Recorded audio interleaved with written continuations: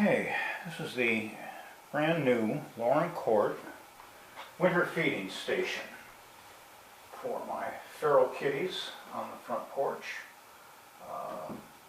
This was recently completed. It will be going out on the front porch later today. Expecting some lower temperatures by the end of the week. Okay, to access this thing, obviously we have a kitty door here for the kitties, but the top simply lifts off with the inner shell. We'll get into more of that in a minute, which provides easy access for replenishing food and water, do any minor housekeeping that may be necessary, and after which we can simply reinstall the top and go about our business. However, you need additional access. The shell, this body, this cedar body, comes right off. And those are the three components that make up this contraption. My supervisor, my QC inspector. So let's put this back together and then we'll get into a little bit more detail here. 1, 2, 3.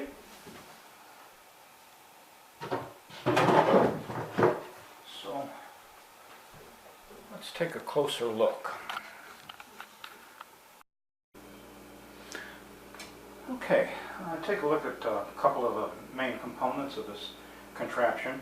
The heart of it, what inspired me to attack this whole project to begin with, is an old wash tub basin that served many years in this house as a litter box. I epoxied up the drain hole in it years ago, sanded it smooth, and it worked quite well as a litter box for many years, but I replaced it recently with something that I found that I like better. And so I decided this would provide an excellent watertight shelter for feeding the feral kitties on the front porch, and went from there. And it evolved. It got more and more sophisticated as the project developed, but at any rate we have a 1/2 inch of foil-faced foam insulation all the way around, 360 degrees.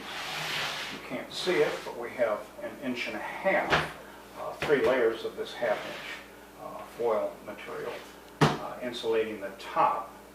We have a 2 foot by 2 foot piece of plywood for a perch or outdoor feeding on the veranda if weather is nice or something. But I didn't want to put this directly on the concrete. I wanted to get them up off of the old cold concrete. So wanted to use a piece of plywood exactly like this, but what could I do to keep the tub from sliding around on that plywood? Well, I came up with an idea about that. And here is the base. And what we have here is the 2 foot by 2 foot plywood sandwiched in between 2 PVC rings, if you will, a PVC pipe, 2 square rings with a piece of plywood sandwiched between them. All 3 of those pieces held together with 3.5 inch ¼ 20 bolts. We've got some silicone caulk to prevent water from seeping inside the shell. I was very, very fortunate to find a heating pad that's exactly the right size for this. It's 18 inches by 18 inches, and electrical power fished through the PVC comes out one of the legs of the base, and I was really lucky. I found these rubber feet that fit just perfectly on the 3/4 inch PVC pipe. So that is our base. So it'll be plugged into power here. We also have a night light in addition to the heating pad. Indirect lighting, the LED faces faces out, so it hits the inner side of the white shell, and it's indirect lighting, very soft lighting, not harsh at all. So that is the insulated, heated, lighted, electrified winter feeding station, and that's going to go into service within the next couple of hours. Now they'll have dinner in that tonight, I believe. So we'll put this back together, and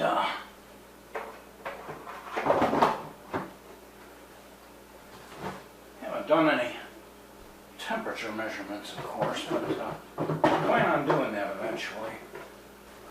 I want to see how warm it gets in there, but I know at least the heating pad will keep the food and water from freezing up in the wintertime. Keep the kitties warm while they're eating it. Probably be a little crowded in there for 3 of them, but they'll have to work out the politics amongst themselves. This is about all I can do. Thanks for watching.